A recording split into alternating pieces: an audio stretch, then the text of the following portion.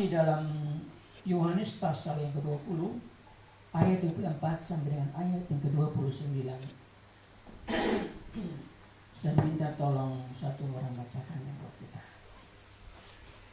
dengan suara yang agak keras.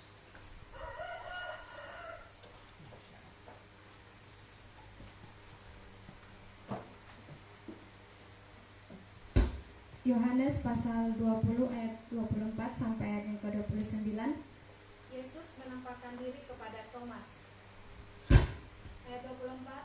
Tetapi Thomas, seorang dari ke-12 murid itu yang disebut Didimus, tidak ada bersama-sama mereka ketika Yesus datang ke situ. Ayat 25. Maka kata murid-murid yang lain itu kepadanya, "Kami telah melihat Tuhan."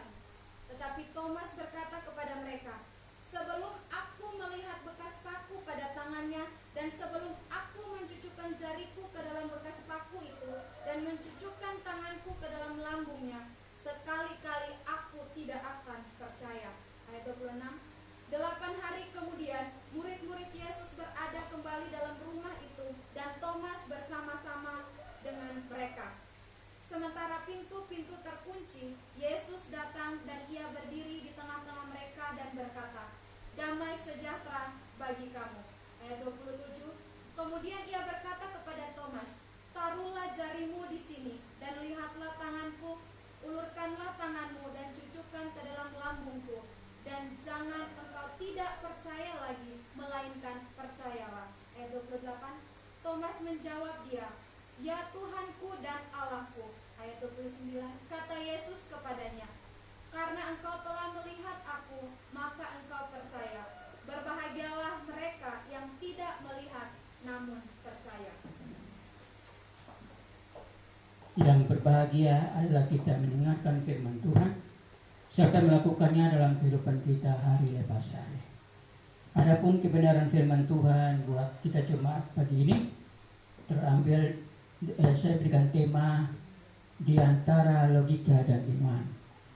Di antara logika dan iman.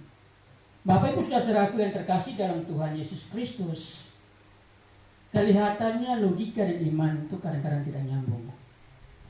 Karena ketika kita mulai menghadapi situasi yang sulit dalam kehidupan ini, maka ada begitu banyak orang-orang yang percaya kepada Tuhan mulai berada di dalam pemahaman secara logika.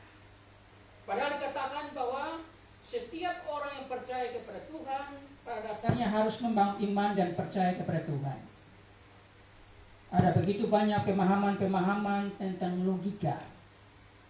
Dan di sini saya melihat ada seorang tokoh filsuf yang bernama Socrates bersama dengan anak didiknya bernama Plato, dan Plato punya anak didik yang bernama Aristoteles.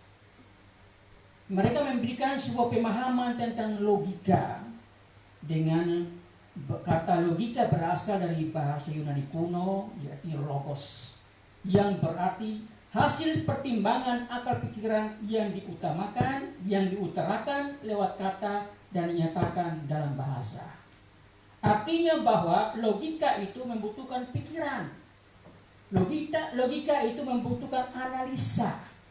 Logika itu membutuhkan pengamatan tentang sebuah persoalan hidup. Saudara-saudaraku yang terkasih dalam Tuhan Yesus Kristus, rupanya pada pembacaan kebenaran firman Tuhan pagi ini, Thomas pun mempergunakan konsep itu.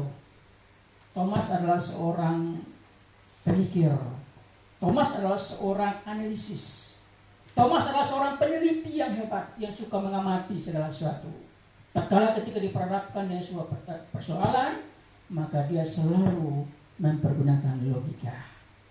Thomas butuh jawaban yang tepat, jawaban yang sistematis untuk mendapatkan solusi daripada setiap persoalan. Bapak Ibu saudara-saudaraku yang terkasih dalam Tuhan Yesus Kristus, ada dua hal yang saya ingin sampaikan kepada kita pagi ini. Dalam pembacaan kita, Yohanes pasal 20 ayat 24 sampai ayat yang ke-29. Yang pertama adalah Thomas butuh logika. untuk menyelesaikan persoalan. Yang kedua adalah Thomas butuh iman, dan itu rupanya didapatkan daripada Tuhan. Kalau bicara tentang logika, itu dibangun atas konsep pemahaman manusia.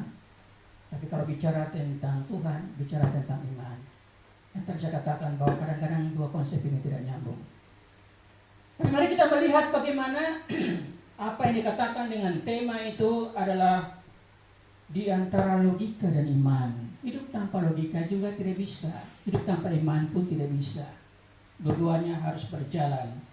Makanya dikatakan bahwa logika atau rasio itu harus berada di bawah iman. Saudara-saudaraku yang terkasih dalam Tuhan Yesus Kristus, ketika Thomas mendengarkan perkataan daripada teman-temannya, kami telah melihat Tuhan Yesus. Lalu kemudian ketika mendengarkan kata itu, maka Thomas mulai membangun sebuah konsep pemikiran dengan mengatakan, saya tidak akan percaya kalau sebelum saya melihat dia dan saya masukkan tanganku di dalam bekas paku pada tangannya dan bekas lambungnya itu pada saat mana saya masukkan tanganku ke situ. Thomas bicara tentang sebuah bukti fakta yang jelas. Thomas adalah seorang yang menggunakan logika untuk memahami sebuah persoalan hidup.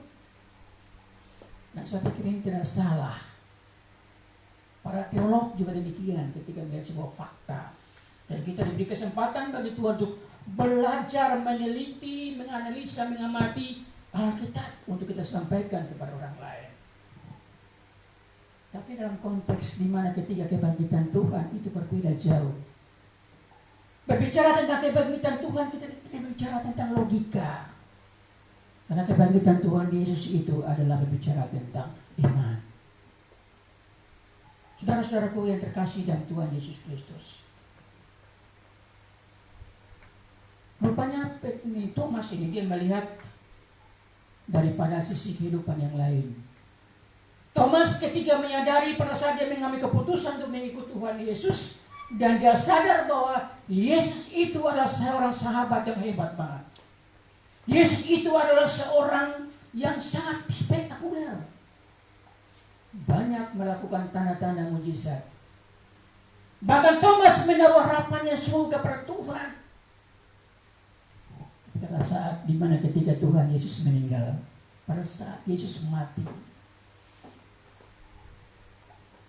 maka inilah menjadi keraguan bagi Thomas. Apakah yang selama ini saya lihat itu seperti tidak sama seperti pemahaman saya? Nah inilah ketika kalau kita bicara tentang logika demikian. Selama saya melihat dia melakukan banyak hal seperti itu, ternyata tidak seperti pemahaman saya. Oh, dia akan terus tidak mengalami hal itu. Dan akhirnya apa yang terjadi? Thomas mulai mengalami keraguan. Thomas mulai mengalami kebimbangan. Thomas mulai mengalami apa disebut dengan sebuah kekecewaan yang hebat banget. Saya pikir Thomas ini adalah juga bagian daripada sisi kehidupan orang-orang percaya masa kini. Di satu sisi kita melihat perbuatan Tuhan yang hebat dalam hidup kita, pertolongan Tuhan, perbuatan Tuhan yang ajaib dalam hidup kita. Kadang-kadang kita melupakan itu pada saat dimana kesulitan menghimpit kehidupan kita manusia. Saudara-saudaraku yang terkasih dalam Tuhan Yesus Kristus, pada suatu ketika dalam sebuah keluarga ada sedikit perdebatan antara logika dan iman. Istrinya berkata kepada suaminya, Pak, saya pikir dari dulu sampai sekarang sejak kita tua menikah, kelihatan hidup kita sama saja seperti ini. Padahal kita tahu bahwa segala sesuatu semakin naik. Bahan pangan naik, segala sesuatu kebutuhan mulai naik. Kita tidak tahu apa yang terjadi. Bahkan bagaimana dengan masa depan kita pada hari esok. Apa yang kita makan pada hari esok. Masa depan anak-anak kita pada esok itu bagaimana?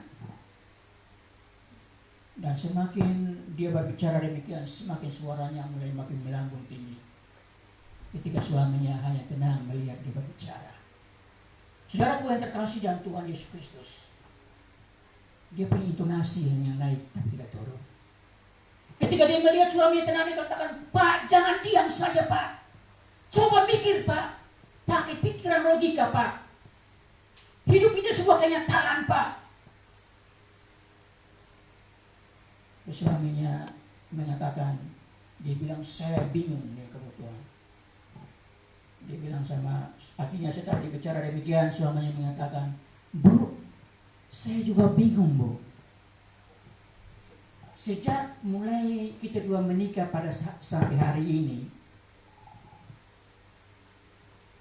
belum pernah kita tidak pernah makan. Mulai sejak kita dua nikah sampai pada saat ini juga. Orang tetangga-tetangga kita makan ayam, kita juga makan ayam. Tetangga-tetangga kita makan daging babi, kita juga makan daging babi. Makan daging sapi, kita juga makan daging sapi. Mereka makan bakso, kita juga makan bakso. Mereka makan kue, makan roti, kita juga makan demikian, Bu. Yang lebih aneh lagi, Bu, pada waktu kita dua menikah, kita tinggal di rumah kontrakan yang kecil. Satu kamar, kita semua bertumpuk di situ, Bu. Tapi ketika pada saat perjalanan hidup ini, lihat, kita punya rumah, Bu. Saya bingung semua itu. Kita punya rumah, Bu. Saya bingung lagi. Kalau ibu bingung, saya lebih bingung lagi. Kita punya rumah sendiri, Bu. Sang istri tenang dan melihat, mendengarkan dia berbicara. Dan dia berkata bahwa, adakah ibu tidak berpakaian? Anak-anak tidak berpakaian? Adakah anak-anak tidak sekolah? Adakah anak-anak tidak bisa bayar uang sekolah? Kalau ibu bingung, saya lebih bingung lagi. Saudaraku yang terkasih dalam Tuhan Yesus Kristus, kita mendengarkan kisah yang sedikit ini, yang begitu memilukan dalam keluarga ini. Dan saya percaya bahwa Bapak Ibu jemaat Keramat 5 yang ada di rumah, yang juga tentunya ibu-ibu pasti berpikir demikian ketika melihat situasi pada masa-masa ini. Suami dengan gaji yang seperti itu saja, kalau kemudian mulai melihat persoalan hidup, semua bahan-bahan pangan mulai naik, dan kemudian ibu-ibu mulai berpikir, pasti juga berbicara kepada suaminya demikian. Tapi saya mengharapkan mari kita menyimak kisah yang kecil ini. Kalau istrinya bingung tentang persoalan hidup yang begitu rumit dan tidak tahu seperti apa, karena dia mempergunakan logikanya. Tapi sang suami berbicara tentang situasi itu dengan mempergunakan imannya kepada Yesus Kristus. Bahwa ternyata kalau kita hidup ada dalam tangan Tuhan. Hidup ini bukan di tangan manusia, tetapi hidup ini di tangan Tuhan. Masa depan ini masih ada dalam tangan Tuhan. Hari esok itu dalam tangan Tuhan, bukan dalam tangan manusia. Dan inilah saya melihat di sini bahwa Thomas mengalami situasi yang sama seperti ini. Bahwa ketika dia melihat persoalan yang seperti ini, dia mulai bingung. Dan dia menggunakan logikanya. Saudara-saudaraku yang terkasih dalam Tuhan Yesus Kristus, kalau kita merenungkan kisah ini, ada pembelajaran bagi kita yang menarik adalah bahwa sejauh mana kita mempergunakan logika kita untuk menggapai Allah. Sejauh mana kita mempergunakan logika kita untuk mendapatkan sesuatu. Sebagai orang-orang yang percaya kepada Tuhan, saya mengatakan bahwa percaya kepada Tuhan itu memang tidak mudah. Tetapi saya mau katakan, sebagai hamba Tuhan, saya mau katakan bahwa Allah menjamin kehidupan kita. Allah menjamin kehidupan masa depan kita. Allah menjamin kehidupan masa depan anak-anak kita. Allah menjamin perjalanan kehidupan kita dalam dunia ini. Maupun Allah menjamin kehidupan kita sampai kepada akhir kehidupan kita nanti, yaitu dalam kerjaan surga. Ada jaminan hidup dunia dan akhirat. Ini harus kita renungkan demikian. Bapak Ibu Saudara Tuhan terkasih dalam Tuhan Yesus Kristus. Pada saat dimana ketika Thomas menghadapi situasi seperti itu, lalu kemudian dia mulai ciut dan berpikir, mengapa harus seperti ini? Padahal ketika Thomas menyadari bahwa kalau dia mengikut Tuhan, pasti ada sesuatu terjadi atas hidupnya. Dia ingin supaya hidupnya lebih baik lagi. Mungkin ada penambahan finansial kah? Mungkin ada kehidupannya lebih baik lagi. Tapi ternyata Yesus harus meninggal. Inilah yang menjadi dilema. Sehingga Thomas butuh logika untuk memahami, melihat sebenarnya persoalan-persoalan ini seperti apa. Saudara-saudaraku yang terkasih dalam Tuhan Yesus Kristus, bagaimana dengan kita? Bagaimana dengan Bapak Ibu yang ada di rumah? Bagaimana dengan Bapak Ibu jemaat yang ada di setiap tempat masing-masing? Apakah juga sama-sama kita merenungkan persoalan seperti ini lalu kita berkata, logikaku harus bermain. Aku harus berpikir supaya bisa merubah kehidupan ini dengan cara-cara aku sendiri. Perlu saya katakan bahwa manusia penuh dengan keterbatasan. Manusia terbatas untuk menjangkau sesuatu. Manusia rapuh untuk membangun hidup ini. Kalau tanpa Tuhan yang memampukan kita untuk menjalani hidup itu sendiri. Saudara-saudaraku yang terkasih dalam Tuhan Yesus Kristus, dalam suatu situasi kebimbangan, keraguan seperti ini, maka kita butuh beriman kepada Tuhan. Kita butuh percaya kepada Tuhan dengan sungguh-sungguh. Yesus hadir di tengah-tengah situasi pada saat di mana Thomas hadir bersama dengan para muridnya. Lalu kemudian Tuhan Yesus berkata, sekarang engkau bertanya tentang bukti. Silakan Thomas, masuklah jarimu ke dalam bekas paku pada tanganku. Masuklah tanganmu di dalam bekas lambungku yang luka ini. Saudaraku yang terkasih dalam Tuhan Yesus Kristus, Thomas tidak bangun dan melakukan seperti apa dikatakan. Tapi ketika Thomas melihat Tuhan Yesus, kemudian dia berkatakan bahwa, ya Tuhanku, ya Allahku. Ya Tuhanku, ya Allahku, artinya bahwa dia telah melihat bahwa Allah berkuasa, Yesus berkuasa atas kematian dan kehidupan itu sendiri. Saudaraku, kalau sebenarnya Yesus tidak hadir untuk menyadarkan Thomas, memberikan satu pembuktian yang jelas kepada Thomas bahwa dia adalah Yesus yang benar bangkit, saya yakin mungkin Thomas dalam keterpurukan hidupnya. Demikian juga sebagai orang-orang percaya, dan inilah dasar iman kita, bahwa Yesus bangkit memberikan kita kekuatan, pemahaman untuk mengerti bahwa Dia adalah Allah. Yesus bangkit memberikan dasar fondasi iman yang kuat kepada kita, bahwa Dia mati dan Dia bangkit. Dialah Allah yang hidup dan kekal untuk selamanya. Sebab itu jangan ragu membangun kehidupan ini bersama dengan Tuhan. Saudara-saudaraku yang terkasih dalam Tuhan Yesus Kristus, Thomas diberikan iman kembali oleh Yesus. Pada ayat 28 dan 29, Tuhan bilang sama Thomas, Thomas bilang, ya Tuhanku, ya Allahku. Ibu sekarang engkau sudah melihat dan percaya. Tapi bahagialah mereka yang tidak melihat namun mereka percaya. Saudara-saudaraku yang terkasih dalam Tuhan Yesus Kristus, Thomas butuh jawaban yang jelas daripada Tuhan. Saya pengalaman bertahun-tahun bersama dengan UBT almarhum melayani pekerjaan Tuhan. Dan kebanyakan orang hanya minta petunjuk Tuhan daripada UBT. Jadi saya berpikir bahwa kalau tidak ada bukti, tidak ada petunjuk Tuhan pada zaman di mana sekarang ini, saya yakin orang banyak akan mundur. Ya. Tapi kalau kita mempercayai Tuhan yang iman, bahwa Yesus sanggup melakukan segala perkara-perkara itu untuk kita. Dengan iman kita mengatakan, saya percaya Tuhan, Engkau ada. Engkau yang menyelesaikan kehidupanku, Engkau yang memelihara kehidupanku, Engkau memberikan aku hidup, dan Engkau memberikan aku segala-galanya. Maka saya percaya perjalanan hidup ini tetap ada di tangan-Mu. Nah, ini harus kita renungkan dalam hidup ini. Jangan pernah kita sebagai orang-orang percaya mengatakan, aduh bagaimana ini dan bagaimana itu. Tetapi kita mengatakan, Tuhan saya percaya. Ya. Kalau ketika kita bicara tentang logika, itu kan menjadi pusing kita. Saudara-saudaraku yang terkasih dalam Tuhan Yesus Kristus, saya ingat dan selalu mengatakan ini kepada setiap saya bicara di mana saja.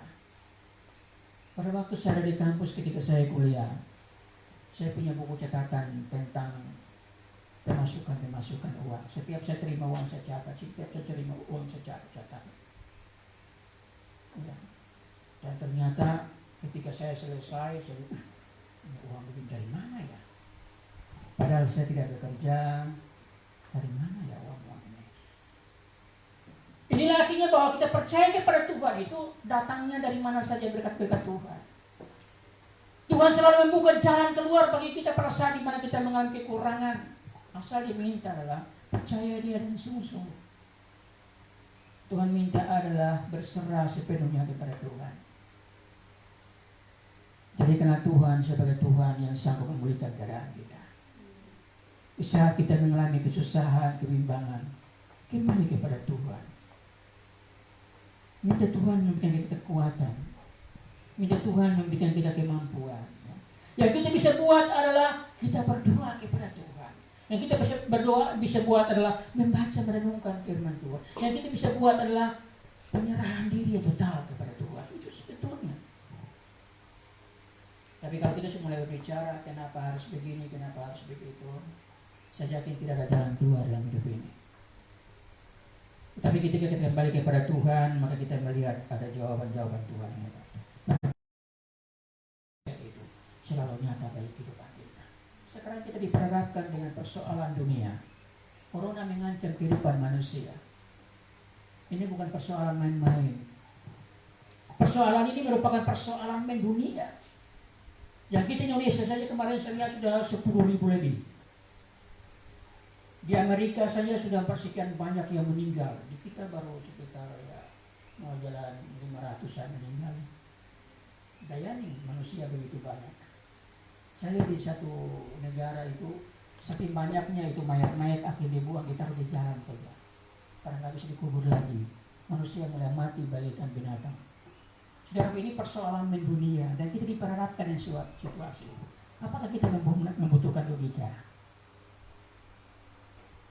Yang saya mau katakan di sinilah kita membangun iman kita bahwa kita percaya Tuhan memelihara kehidupan kita. Kita percaya bahwa Tuhan akan menyertai kita. Kita percaya bahwa Tuhan menjauhkan itu virus daripada kita. Nah, itulah menjadi pegangan kita itu. Siapa yang bisa lakukan itu? Virus itu dibilang sebuah benda yang sebuah makhluk yang kecil yang begitu tiba-tiba masuk lah kemudian tiba-tiba orang mati. Bukan masalah lagi. Hal yang bisa kecil saja dia masuk tadi habis.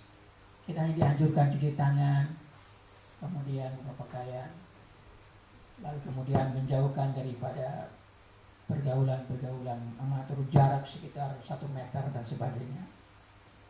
Nah, inilah yang dipahami oleh setiap orang percaya. Kita saudaraku yang terkasih dalam Tuhan Yesus Kristus. Jadi dalam setiap persoalan kesulitan yang seperti itu, di sinilah kita mulai menentukan bahwa Yesus bukan kemenangan bagi kita. Berapa hari yang lalu ketika saya dapat sebuah berita dari NTT, seorang pendeta mengatakan kepada saya begini, wah Pak Pendeta, kami di sini sekarang diperhadapkan dengan persoalan besar lewat kata-kata jemaat. Mereka mengatakan begini Pak, ini gereja yang masih buka saja beribadah saja, jemaat tidak bisa datang gereja lagi. Apalagi sekarang gereja tutup dan semua orang beribadah di rumah. Masa kita takut sama corona? Masa kita takut sama virus yang kecil itu? Dan kita punya Tuhan. Jadi kata pendeta itu, ya kami juga bingung untuk menjawab mereka. Mereka bilang kita punya iman ada di mana? Lalu kemudian pendeta mengatakan, ya kita diberikan Allah hikmat akal budi juga untuk menanggapi itu. Ya saya tidak bisa mengatakan kita tidak boleh pergi logika ya. Jadi konsep pemahaman tentang persoalan hidup dengan konsep pemahaman tentang kebangkitan Yesus Kristus itu kan berbeda konteksnya. Jadi dikatakan bahwa kita dianjurkan pemerintah untuk mengatakan demikian. Semua umat berada di situasi itu. Dan kemudian mengatakan ya benar juga supaya semua orang-orang, semua keluarga bisa beribadah. Gitu. Kalau enggak setiap hari Minggu ya duduk berdiam, tunggu habis gereja mereka mulai bekerja lagi. Tapi situasi seperti ini ya kesempatan bagi keluarga Kristen untuk membangun ibadah di rumah tangga mereka masing-masing. Ini saya kira inilah harus ada keseriusan yang sungguh di sini. Bagaimana bersatu untuk membangun imannya sungguh kepercayaan kepada Tuhan dengan beribadah di setiap rumah tangga masing-masing. Ini persoalan di dunia. Kita tidak salahkan siapa-siapa, tapi sekarang kita berada di dalam pengharapan yang sungguh kepada Tuhan. Disinilah pembuktian daripada kita kepada Tuhan dan kepada pemerintah. Apakah kita setia kepada pemerintah? Apakah kita setia kepada Tuhan? Setia kepada pemerintah beribadah di rumah, setia kepada Tuhan beribadah di dalam rumah. Dan saya pikir inilah yang harus kita bangun. Bukan masalah ibadah, kan di mana saja kita bisa beribadah.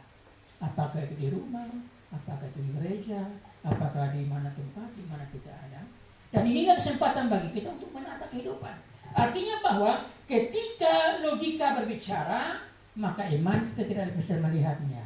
Tapi ketika iman berbicara, maka kita melihat logika di dalamnya. Karena ketika iman mulai berbicara, kita melihat, oh perbuatan Tuhan. Oh sekarang baru saya mengerti. Apa yang dikatakan Thomas? Ya Tuhanku, ya Allahku. Sekarang baru saya mengerti. Oh ternyata engkau benar. Ya itu artinya mengaminkan segala sesuatu terjadi. Saudara-saudaraku yang terkasih dalam Tuhan Yesus Kristus, saya berharap supaya kita jangan bingung menghadapi persoalan hidup ini.